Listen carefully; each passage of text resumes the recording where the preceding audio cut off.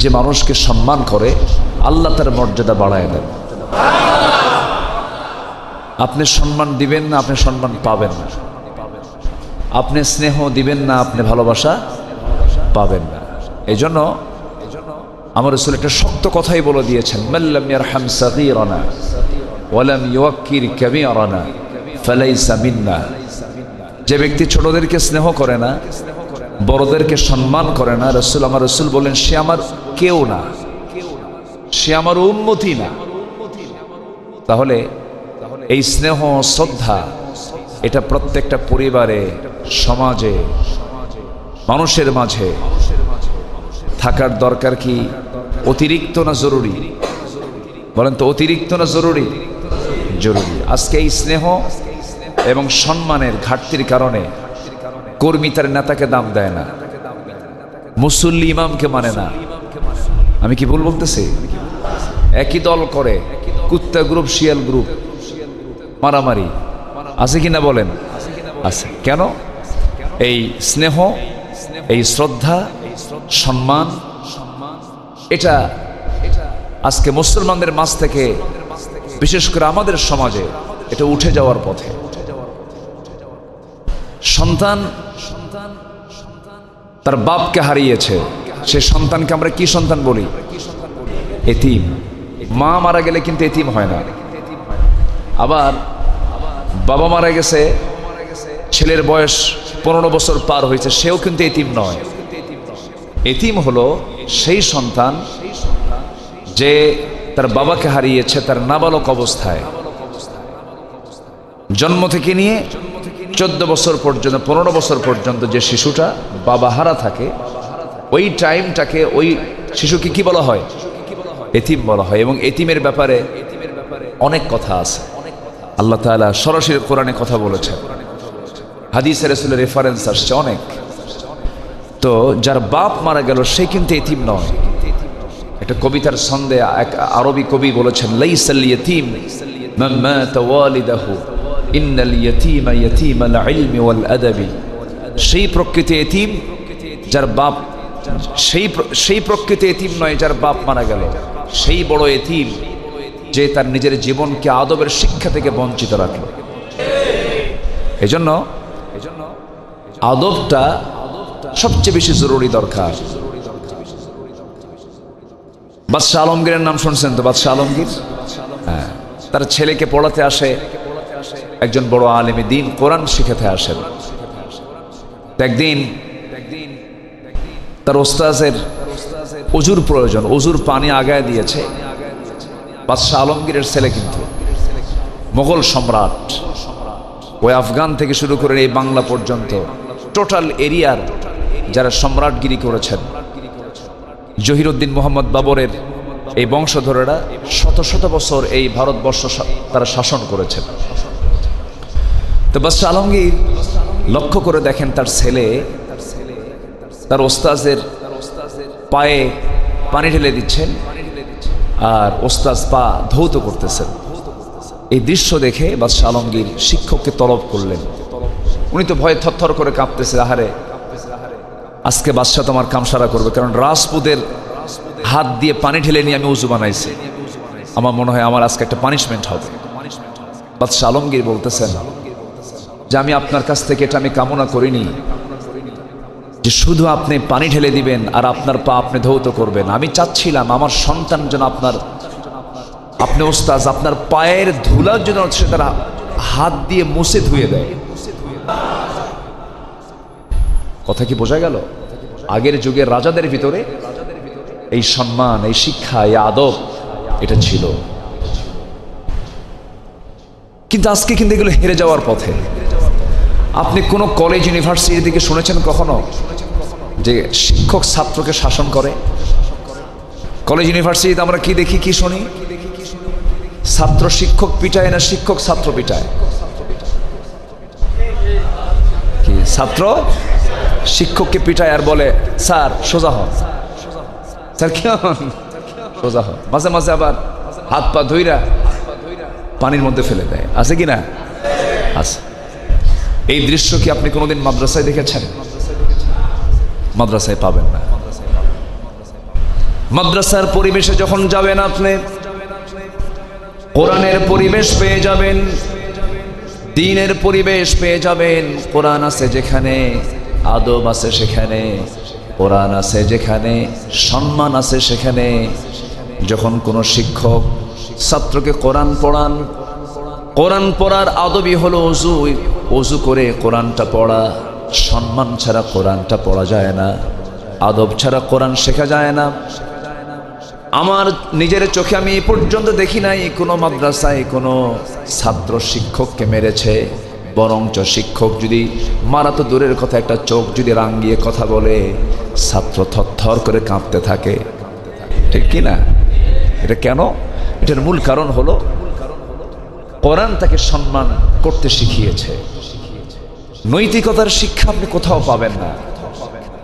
নৈতিকতার শিক্ষা আপনি যদি পেতে চান, আপনার সন্তানকে যদি আপনি আদব শিখাতে চান, তাহলে কোরআনের মুখোমুখি ছাড়া, কোরআনের শিক্ষা ছাড়া একটা জাতিকে কখনো সুসভ্য জাতি হিসাবে গড়ে তোলা যাবে না। তো আমি প্রথমেই সবার কাছে আমি একটা আহ্বান করব, একটা সুন্দর সমাজ বিনির্মাণে, একটি সুন্দর পরিবার বিনির্মাণে, একটি সুন্দর রাষ্ট্র বিনির্মাণে, ব্যক্তি, পরিবার, সমাজ, রাষ্ট্র বিনির্মাণে আল্লাহর নাজিল করা কোরআন ছাড়া কখনো একটি সুসভ্য সমাজ নির্মাণ করা যেতে পারে। সবার কাছে আমার এক নম্বর আহ্বান থাকবে, আমরা কোরআন দিয়ে আমাদের ব্যক্তি থেকে শুরু করে সমাজ, পরিবার, রাষ্ট্র, সব জায়গায় আমরা কোরআনকে বাস্তবায়ন করার চেষ্টা করব। জোরে বলি ইনশাআল্লাহ, জোরে বলি ইনশাআল্লাহ। সম্মানিত ভাইয়েরা, সময় খুবই অল্প, জুমার দিন তো, হ্যাঁ জুমার দিন, সময় একটু অল্প। আমাকে সময় তো দিচ্ছেন নাকি? এটা আমার মাহফিল না, তো মাহফিলে অনেক প্রেশার থাকে। এখানে যাবেন কই? যাওয়ার তো কোনো কায়দাও নাই, নামাজ আছে, এই সময় আলোচনা করে খুব মজা পাওয়া যায়, লোকজনের যাওয়ার কোনো টেনশন নাই। আমি আমার মতো করে কোরআন এবং হাদিসকে সামনে রেখে আমরা তখন কথা বলতে পারি। সম্মানিত ভাইয়েরা, আল্লাহ রাব্বুল আলামিন একটা আয়াতে, আমি একটা আয়াত আজকে একটা সিলেক্ট করেছি, এই আয়াতের উপর আমি অনেক আলোচনা করেছি। সূরা তাওবার ৭১ নম্বর আয়াত, আল্লাহ তাআলা বলছেন যে চারটা কাজ যারা করে আসবে আমার কাছে, তারা আমার রহমত প্রাপ্ত বান্দা হবে। জোরে বলি সুবহানাল্লাহ। কোরআন আছে কি? কোরআন, একটা কোরআন আমাকে দেন একটু। তারা আমার রহমত প্রাপ্ত বান্দা হবে। আমি যদি আল্লাহর রহমত প্রাপ্ত বান্দা হয়ে যাই, আমার কি কোনো তখন আর কোনো চিন্তা থাকবে? বলেন তো, বলেন চিন্তা থাকবে? আমার উপরে যদি আল্লাহর রহমত নাজিল হয়, আমার কোনো ভয় আছে? কোনো ভয় নেই। সম্মানিত ভাইয়েরা, আসুন সেই আলোচনার সেই আয়াতের দিকে আস্তে আস্তে আমরা চলে যাই। সূরাটার নাম হলো সূরা তাওবা। সূরা কি? তাওবা। আমাদের তওবা করার কি দরকার আছে? গুনাহ আছে যার, তওবা করা দরকার তার। গুনাহ নাই যার, হ্যাঁ কি গুনাহ আছে?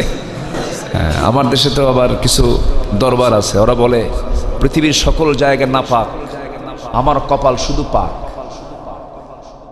আছে কিন্তু দরবার আছে না, এরকম দরবার আছে না? ওরা সেজদা দেওয়ার জায়গা পায় না, সব নাকি নাপাক। এরকম বদমাইশ কিছু আছে। বান্দা যার নাম, তার গুনাহ হবেই। গুনাহ আমাদের যোগ্যতা, গুনাহ আমাদের কি যোগ্যতা। আল্লাহ তাআলা গুনাহ করার যোগ্যতা দিয়েই পাঠাইছেন দুনিয়াতে।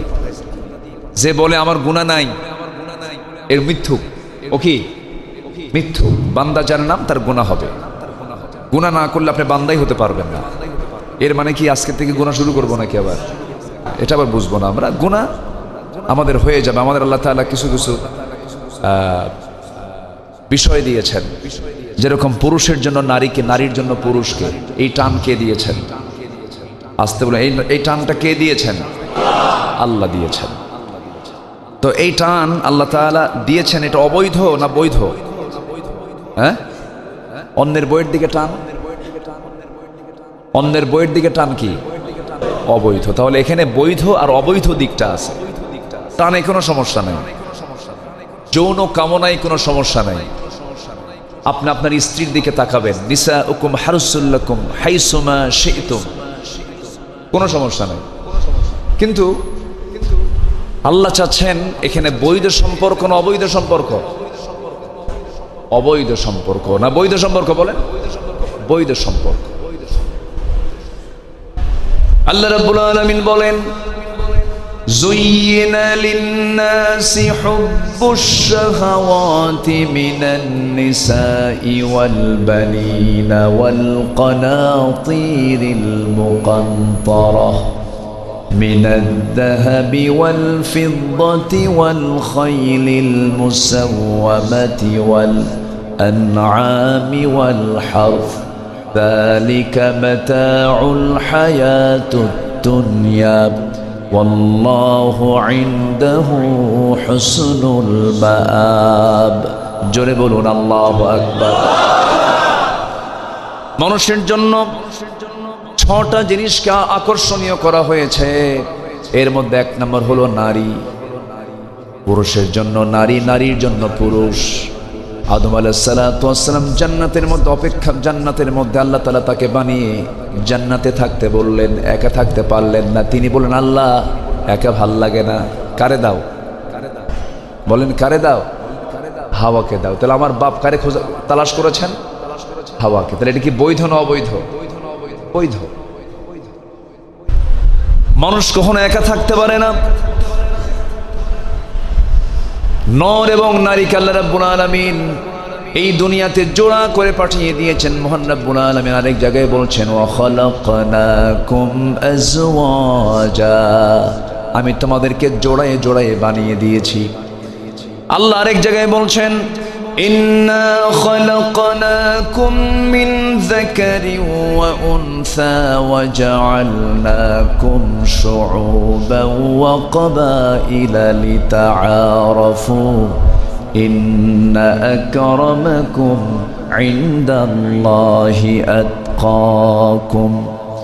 আমি তোমাদেরকে এক নর এবং নারী থেকে সৃজন করেছি এবং সেখান থেকে বংশ দিয়েছি, গোত্র গোত্র ভাগ করে দিয়েছি, বিভিন্ন ভাষা দিয়েছি। লিতাআরাফু, যেন তোমরা একে অপরকে চিনতে পারো, বুঝতে পারো। এটা আরব, এটা অনারব, এটা ইউরোপ, এটা আমেরিকা, এটা শ্বেতাঙ্গ, এটা কৃষ্ণাঙ্গ, এটা খুলনা, এটা চিটাগাং, এটা সিলেট, এটা রাজশাহী। যখন চিটাগাংয়ের মানুষ যখন খুলনায় ঢুকবে, তার ভাষা বলে দেবে এটা চিটাগাং থেকে আসছে, ঠিক কি না? এগুলো সব কে করে দিয়েছেন? আল্লাহ করে দিয়েছেন।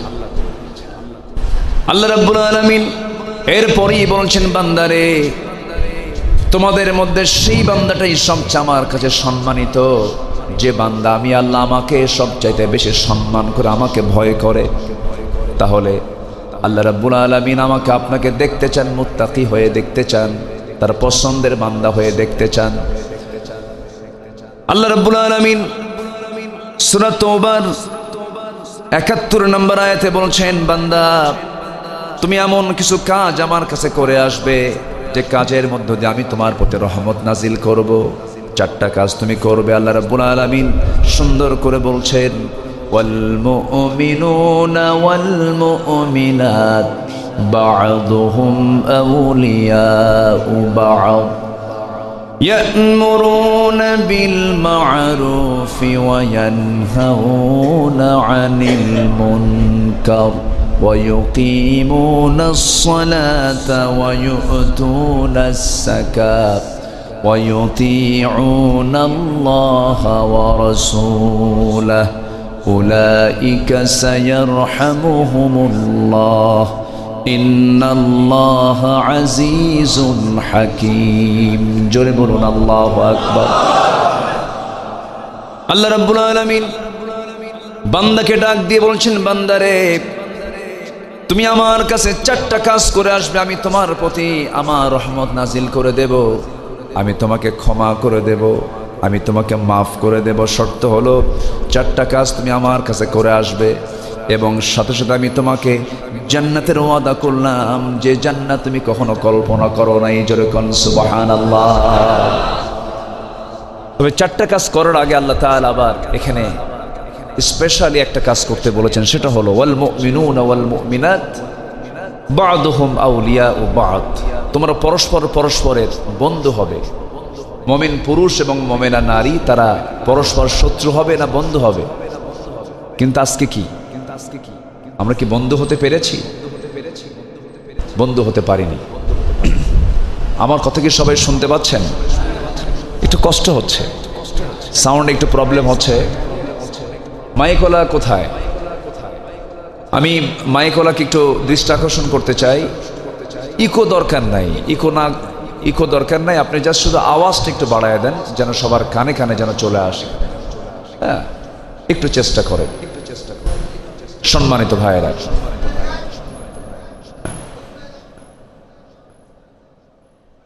জি, সবাই বসেন।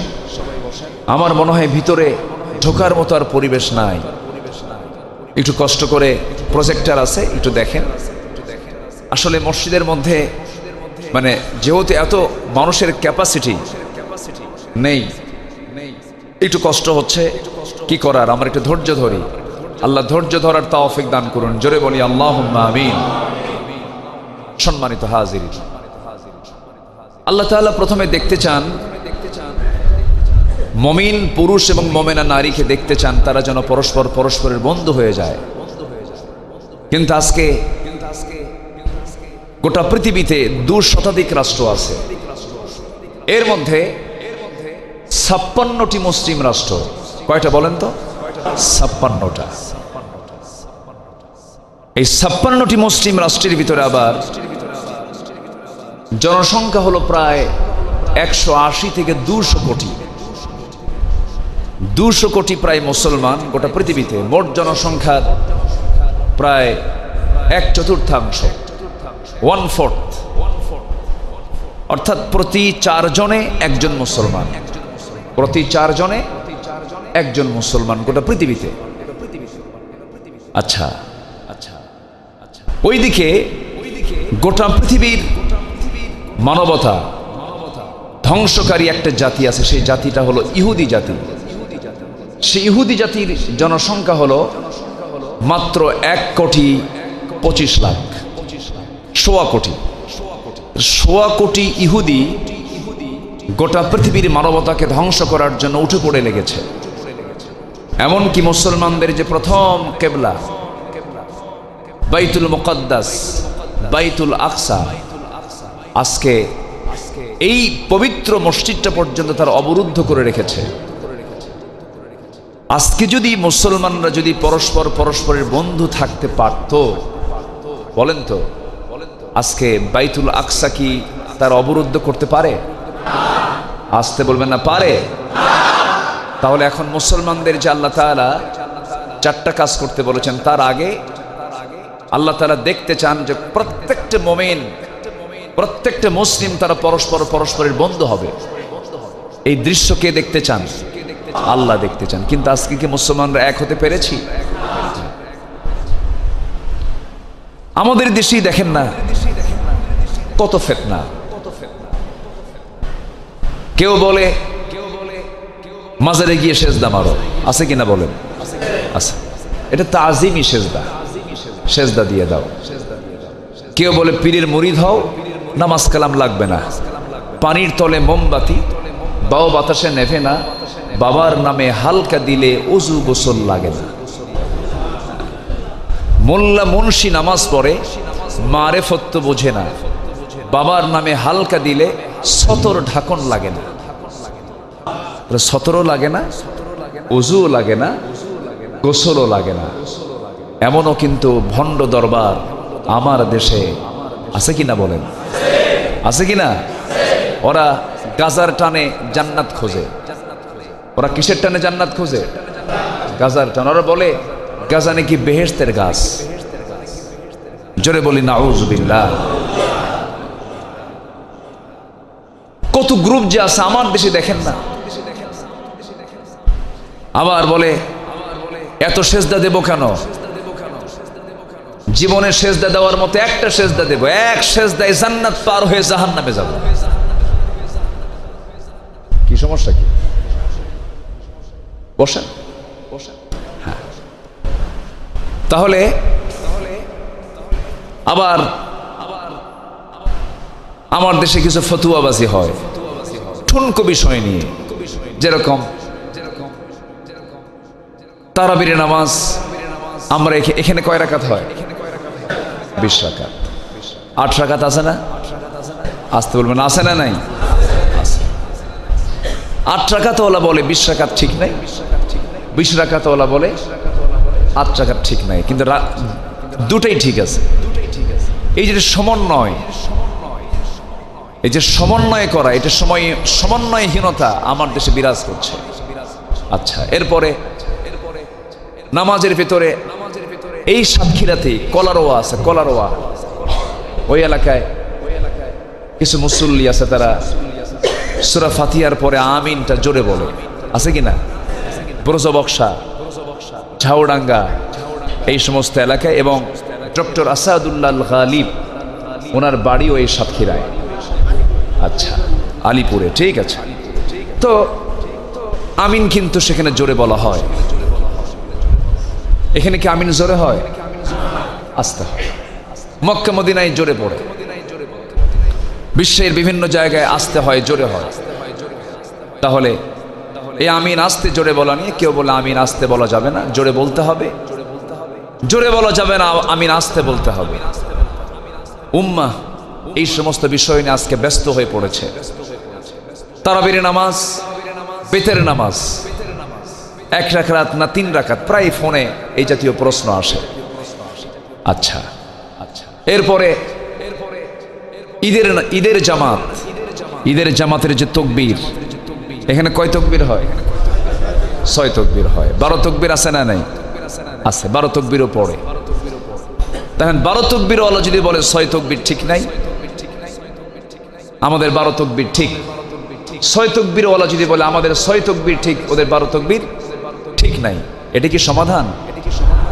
আসতে বলবেন, এটা কি সমাধান? কেউ বলতেছে হাত বাঁধবো নাভিতে, কেউ বলতেছে হাত বাঁধবো হচ্ছে বুকে। এখন ফতুয়া দিচ্ছে নাভিতে হাত বাঁধা হারাম, জায়েজ নাই। আরেকজন বলতেছে বুকে হাত বাঁধা হারাম, জায়েজ নাই। এখন সলিমুদ্দি যাবে কোথায়? নামাজ পড়তে নিয়ে এখন যখন দেখছে যে নাভিতেও হারাম, বুকেও হারাম, নিয়ত বাঁধছে হলো কপালে। কোথায়? কপালে। তাহলে এই যে ফতুয়া আমরা নিয়মিত শুনতেছি, এই ফতুয়াবাজি যে আমাদের হচ্ছে আমার দেশে, এরকম কিছু ফতুয়া সন্ত্রাস আছে না নাই? আসতে বলবেন না, আছে না নাই? আছে। আমার এগুলোতে সমাধান পাই না। তো যদি কেউ আমিন সারা জীবন নাও বলে, নামাজে যদি আমিন কেউ নাও বলে, তার নামাজ হবে না এমন কোনো কথা কেউ বলতে পারবে না, নামাজ হয়ে যাবে। যদি কেউ বুকে হাত, নাভিতে হাত নাও বাঁধে, তাও নামাজ হয়ে যাবে। এখানে আলেম ওলামা আছেন তো, এরকম মাযহাবও আছে গোটা দুনিয়াতে, যারা হাতি বাঁধেন, আল্লাহু আকবার, ছেড়ে দিয়ে রাখে। আমি 2009 সালে প্রথম যখন হজে যাই, না 2015 সালে আমি সেকেন্ড টাইম যখন যাই, আমার সাথে কিছু বন্ধু বান্ধব গেছে, একসঙ্গে হজ করতেছি। তো এরকম নামাজ দেখে বলে এটা আবার কোন গ্রুপ? তো বললাম যে কোন গ্রুপ খোঁজার দরকার নাই, তো এখানে কি হুজুররা নাই? এখানে তো ইমাম সাহেবরা আছে, এখানে তো অনেক মুফতিরা আছে, তা আমরা এগুলো খুঁজি কেন? আমাদের খোঁজার তো দরকার নাই। সেখানে পৃথিবীর সকল মুসলমানগুলো সেখানে একত্রিত হচ্ছে, নামাজ পড়ছে, কেউ আমিন আসতে বলছে, কেউ জোরে বলছে, কেউ নাভিতে হাত, কেউ হাত বাঁধতেছে, কেউ বাঁধতেছে না, কেউ 1 রাকাত পড়ে, কেউ 3 রাকাত পড়ে। এগুলো ইসলামের সৌন্দর্য। এগুলো নিয়ে ফিতনা করার সময় এখন আমাদের নাই। গোটা পৃথিবীর এখন মুসলমানদের সবচাইতে নিউ ওয়ার্ল্ড অর্ডার হচ্ছে, মুসলমানদের সবচাইতে বড় গুরুত্বপূর্ণ দিক হচ্ছে ভ্রাতৃত্বের বন্ধন তৈরি করা, ঐক্যের প্ল্যাটফর্ম তৈরি করা। এটা প্রয়োজন। রাসূল নূর না মাটি, এটা নিয়ে গন্ডগোল করার সময় এখন না। এগুলো ভিতরের আলোচনা, ভিতরের বিষয়কে নিয়ে সামনে টেনে আনার দরকার নাই। আরেকজন কে যেন আছে, কি যেন কইল রাসূলের নবুয়ত নিয়া, একজন বড় একজন আলেমে দ্বীন তিনি মন্তব্য করেছেন, হ্যাঁ আপনার দৃষ্টিতে যদি ভুল হয় আপনি তাকে পার্সোনালি বলেন, আপনাদেরকে ডাকেন, ওলামাদের বৈঠকে বসেন, আলোচনা করেন। আপনি মামলা দিবেন, এ লক্ষণ তো মনে হচ্ছে আপনাকে কোন একটা অপশক্তি আপনার পেছনে মদত যোগাচ্ছে। এটা কেমন কথা? এটা কেমন আচরণ? কিছু কিছু লোকের নামই মুখে নেওয়া ঠিক না। কিছু ভণ্ড আছে না নাই? বসেন বসেন আছে না, এরকম আছে না? বদমাইশ কিছু আছে, জিকিরের ঠেলায় পায়জামা থাকে না, হুঁশ থাকে না, বেকুব কিছু আছে। এগুলো ইসলামের সৌন্দর্য নয়। শোনেন, আমরা মাছ কিনতে গেলে কোনটা পচা মাছ, কোনটা বাসি মাছ আর কোনটা টাটকা মাছ আমরা কি বুঝি না? এই আকলটা কে দিয়েছেন?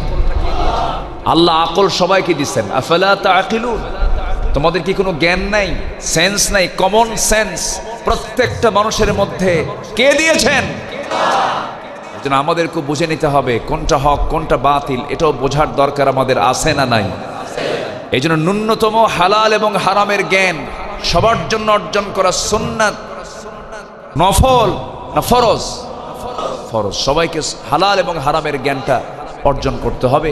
আমরা শিখে নেব। জোরে বলি ইনশাআল্লাহ, জোরে বলি ইনশাআল্লাহ। তাহলে সূরা তাওবার ওই আয়াতটা বলে দিচ্ছে, প্রথম শর্ত হলো আমি তোমার প্রতি রহমত নাজিল করব, শর্ত হলো ভাই ভাই হও। কি হও? ভাই ভাই হও, দ্বন্দ্ব ছুটায় ফেলো। আজকে আমাদের ভ্রাতৃত্বের বন্ধনটা নষ্ট হয়ে এত দূর পর্যন্ত পৌঁছে গেছে। দাদার যুগে এক মসজিদ দিয়েই হয়ে যেত, নাতির যুগে আর এক মসজিদ হয় না। মুসল্লি ভরে না মসজিদে, মসজিদের মুসল্লি ফজরের সময় দেখা যায় মোটে 3 জন, একজন ইমাম, আরেকজন মুয়াজ্জিন, আরেকজন খাদেম। কি মুসল্লি কি হয়েছে মসজিদে? ওরা কি?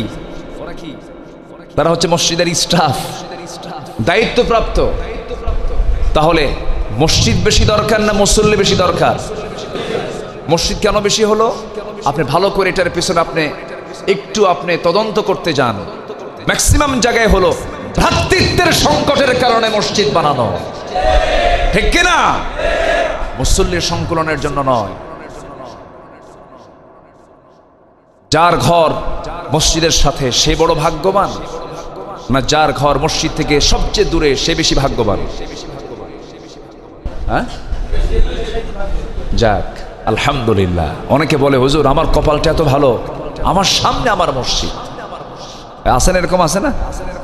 বলে না, যার মসজিদ থেকে বাড়ি যত দূর সে বড় ভাগ্যবান। বলেন আলহামদুলিল্লাহ। এর মানে কি মসজিদ ঘন ঘন দরকার? বলেন মসজিদ কি ঘন ঘন দরকার? এখন মসজিদ কি হয়েছে বলেন? ঘন ঘন। এটা কি ভালো লক্ষণ? না। ভ্রাতৃত্বের সংকট এখানে আছে। আমি কিন্তু আমাকে কেউ কিছু বলেনি কিন্তু, আবার এখানে কি আছে না কি আছে, মসজিদ ঘন ঘন না পাতলা আমি জানি না। এটা পাতলা আছে তো না? যাক, এরকম আমার কাছে কোনো ইনফর্ম আসেনি, আবার যেন না মিলে যায় আমাদের, আবার মিলায় না এত, বোঝেন না? আচ্ছা যাক, সম্মানিত ভাইয়েরা, তাহলে আমাদের মসজিদ বেশি দরকার না মুসল্লি বেশি দরকার? মুসল্লি বেশি দরকার। ইমাম হবে একজন, মুসল্লি হবে বেশি। মুসল্লি হবে কি? বেশি। ইমাম হবে কম। ইমাম হবে কয়জন? একজন। বাকি সব কি? মুসল্লি। আমার দেশে এখন ইমাম বেশি না মুসল্লি বেশি? আমার দেশে কর্মী বেশি না নেতা বেশি? আসতে কয়। কেউ কি কয় যে আমি অমুক কর্মী? সব কি নেতা।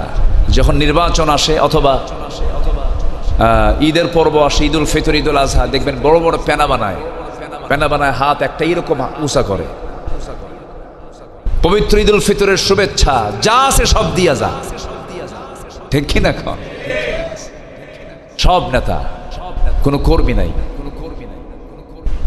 ইসলাম শেখাচ্ছে মসজিদ, মসজিদে যাও, নেতৃত্ব দেখো।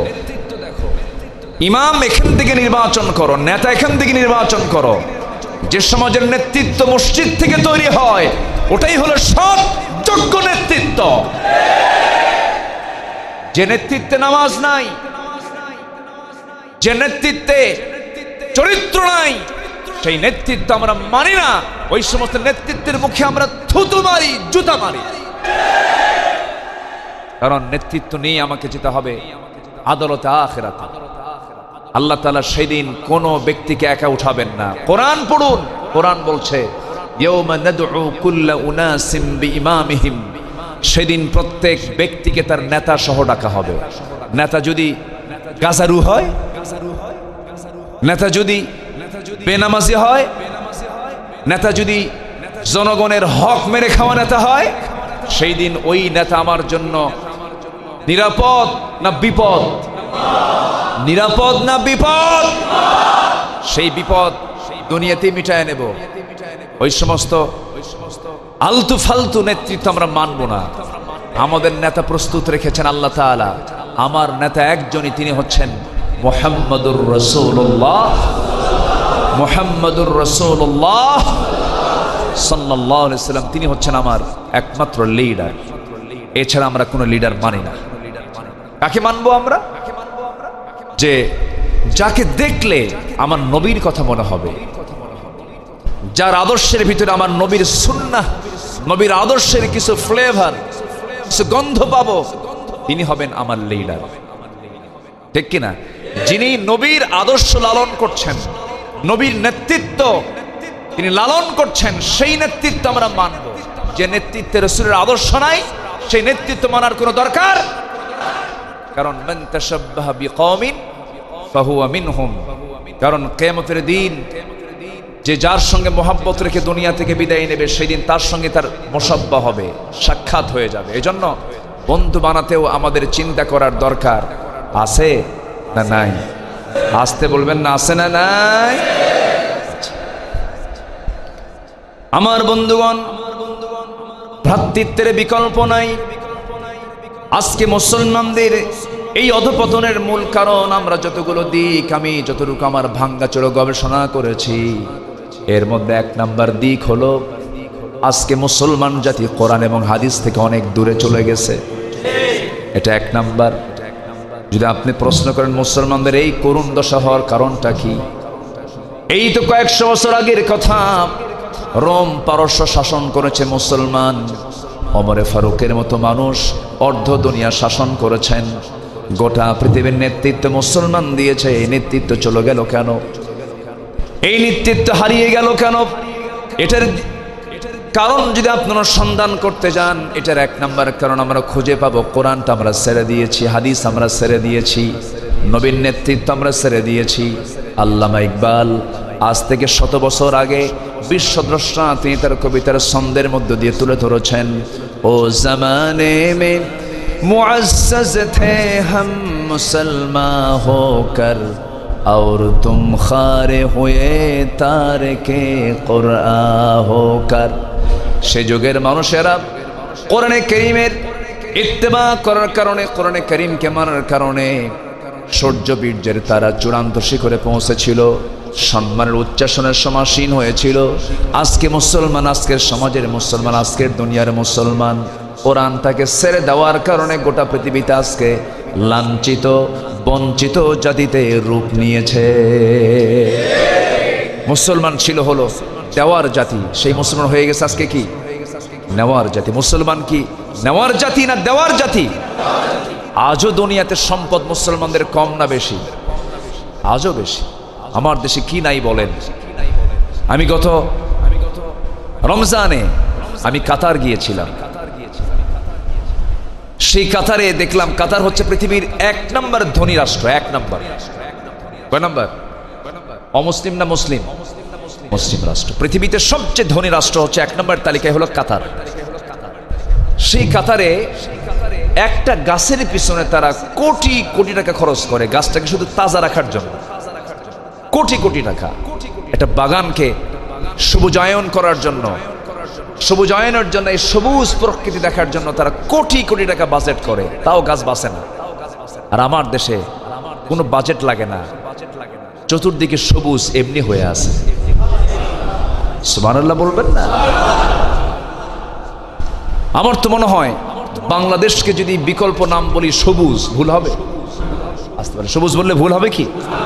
গোটাটাই তো সবুজ। আপনি এখনো যদি ঢাকার কোন একটা বড় মাল্টি স্টেট বিল্ডিং এর উপরে দাঁড়ান, তাও সবুজ দেখা যায়, প্রচুর গাছ গাছালি ঢাকাতে। কিন্তু আর সাতক্ষীরা তো নাই। আসতে কয় সবচেয়ে বেশি কোন জেলায়? জোরে কন, আরো জোরে। হ্যাঁ, আপনাদের কাছ থেকে অক্সিজেন যায় সব দিকে। শ্যামনগর, সুন্দরবন তো খুলনা চলে গেল, জেলার কথাই তো কইলা। হ্যাঁ, পাশেই তো সুন্দরবন। জি, শ্যামনগরে গাছগাছালি সবচেয়ে কম না বেশি? বেশি। সাতক্ষীরার মধ্যে আবার শ্যামনগর উপজেলায় সবচেয়ে। ম্যাপটা দেখবেন, মানচিত্র দেখলে এগুলো বোঝা যায়। তাহলে আমি যদি বলি গোটা দেশের অক্সিজেন খুলনা, ভুল হবে? বলেন বলেন, ভুল হবে? এটা হচ্ছে নাক, অক্সিজেন এটা হচ্ছে এখান থেকে সব সাপ্লাই হয়ে যায়। তাহলে এত বড় নিয়ামতে ধন্য আমার দেশ। কাতার 1 নম্বর ধনী তালিকায়। বিশ্বের 10টা ধনী রাষ্ট্র যদি খোঁজা হয়, এর মধ্যে দেখা যাবে অধিকাংশই মুসলিম ধনী রাষ্ট্রগুলো। এত কিছু থাকার পরও, সম্পদ থাকার পরও, সবকিছু থাকার পরও আজকে সিরিয়াতে মুসলমান না খায় থাকে কেন? ফিলিস্তিনের শিশুগুলো অনাহারে মারা যাচ্ছে কেন? আজকে গোটা পৃথিবীতে কাশ্মীরের মতো, পৃথিবীর ভূস্বর্গ বলা হয়, পৃথিবীর ভূস্বর্গ, পৃথিবীর জান্নাত, মানে এত সুন্দর দেখতে কাশ্মীর। সেই কাশ্মীর আজকে জ্বলন্ত অগ্নিকুণ্ড হয়ে আছে কেন? শুধুমাত্র একটা কারণ, সেটা হচ্ছে মুসলমানদের অনৈক্য, মুসলমানদের ভ্রাতৃত্বের সংকট। আজকে মুসলমান যদি একটা প্ল্যাটফর্মে আসতো, কোন বাতিল শক্তি মাথা উঁচু করে মুসলমানের সামনে কথা বলতে পারতো না।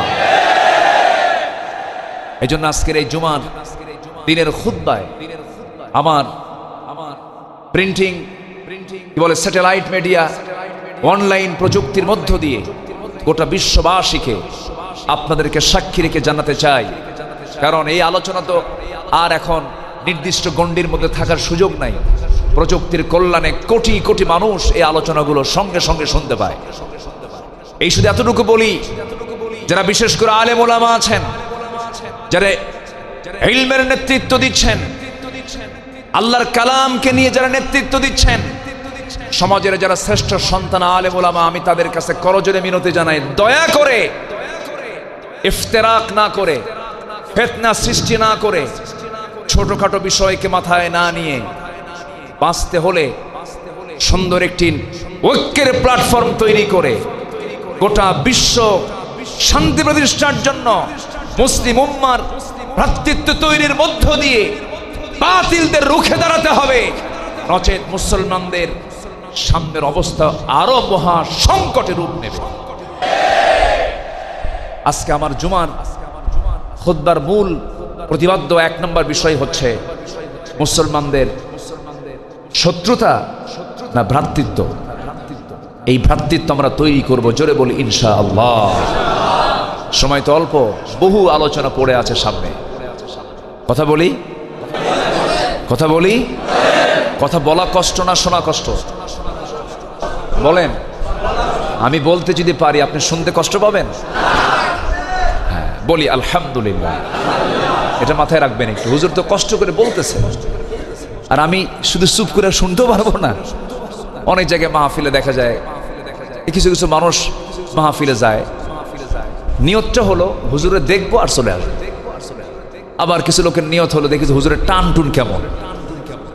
আবার কিছু কিছু শ্রোতার নিয়ত হচ্ছে একটু গরম কেমন হয়, গরম, বুঝলেন, এরকম আছেন। কিন্তু আমলের নিয়তটা যদি থাকে, তখন কিন্তু বান্দার ওঠার কোনো চিন্তা মাথায় থাকে না। আমরা একটু বসি,